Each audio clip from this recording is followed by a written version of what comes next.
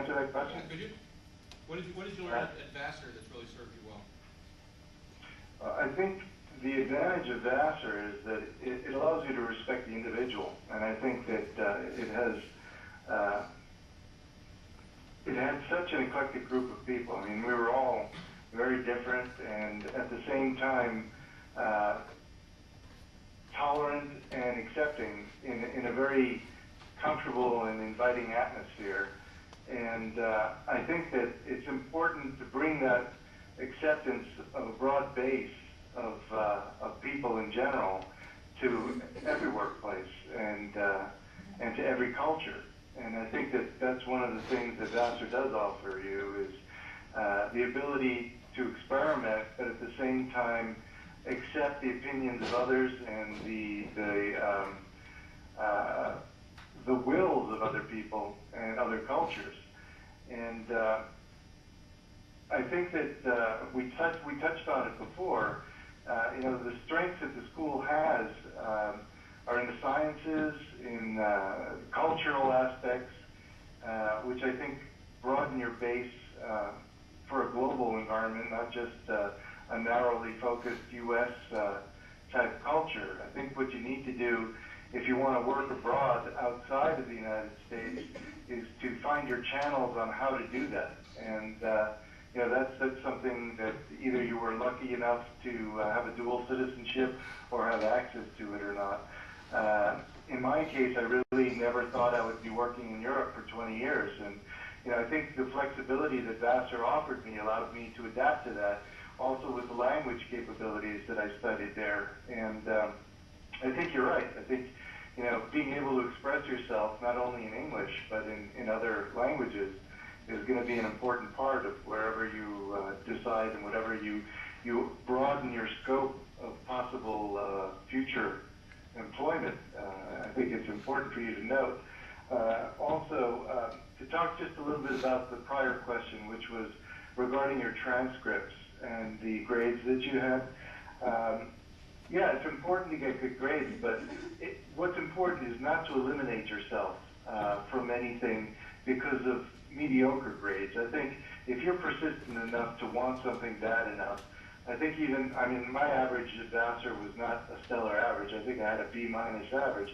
But after work experience of 4 years and knowing what I wanted, I was able to, you know, get a graduate degree at a good university and to move on. So I would say, you know, as far as the transcripts go, you know, I think it's important to have fun and find yourself on the campus. That's a big part of the school experience. You know, I'm not telling you to drop out and not go to class. What I'm saying is that, you know, if you're a straight A student at Vassar, that guarantees you nothing. If you're getting decent grades and you're doing well with a focus on what you want to do in the future and knowing that you may have to take a stepping stone before you get to that future, I think that just don't eliminate yourself and say, well, I only got a B or a B- at Vassar. I'll never get into a graduate school. I'll never go to Harvard. I don't think that's true. I think that they look at everything, and it's the way you sell yourself on your application that's going to matter. I happen to be fortunate enough to either take summer jobs or study during the summers as well, and I found out that I graduated with about 5 extra courses than I needed to have to graduate from Vassar. And I think what they probably did was up my average on the overall dropping my lower grades. I made it to the threshold that Columbia Business School would let me into. So, I mean, just make use of your time, market yourself in the best way you can, and always realize that you're adding something to your resume. You've got to be able to continuously put something on there that makes you more of value to whatever you're going to be doing in the future. Anyone else want to chime in? Anyone from the audience? Anything else on your mind? It's striking me watching you that in 5 years, 10 years, you'll be sitting up here, you know, and you'll have a story to tell, and you'll be able to talk about how this experience translated into a variety of careers. And I think 10 years ago, 2 years ago, or more than 2 years ago, I will say, for the rest of the panel, you were out there. All right.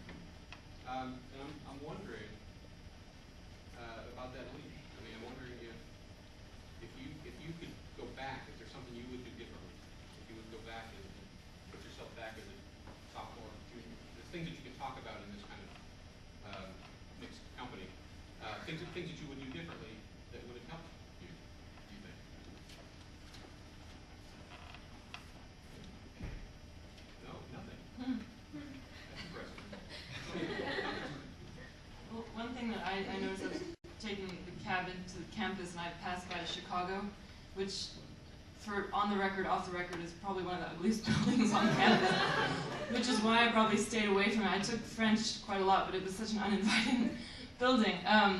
But I was looking at it and thinking, I wish I'd taken more advantage of the language labs, because you have so much here on campus, and the resources are infinite. And I really didn't take enough advantage of that. I was lucky enough to go to Morocco, where I was able to use my French quite frequently, in fact every day. But I was passing by Chicago and thinking, I wish I hadn't kept away from Chicago. I should have used their language labs. I really should have. So if there's something that you think, as Anthony said, will sort of propel you and make you different in a way, and sort of highlight your strengths, think of what that is and how Vassar can help you do that. Because if I'd had more of a language, and I've been fortunate enough now to have built my language back up, it was much harder than if I just used the campus resources to do that. And you're here, and you've got so much to use and so much at your fingertips. So don't take it for granted.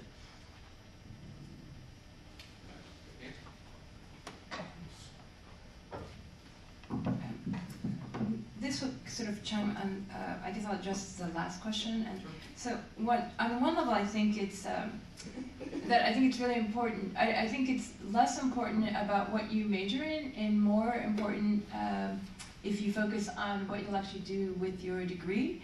And so the first interview that I had when I worked for a US Senator, I went from Poughkeepsie, New York to Los Angeles. Los Angeles, my mother's family lives in LA. And so I remember sitting in the lounge, and I didn't have a sense of of Alan Cranston's policies. But while I was waiting for my interview, there was a sort of a fact sheet, a brochure. And so I sort of quickly perused the fact sheet, and I went through the interview. But at the end of the day, once all the credentials are in and all the references are in, at the end of the day, the last question that the Chief of Staff asked me was a personal question.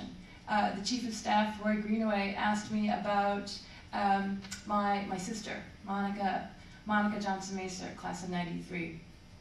And so at the end of the day, I think one of the things that this employer, or prospective employer at that point, wanted to know was what type of person I was, what I valued most in life, what my priorities were, and if I was reliable.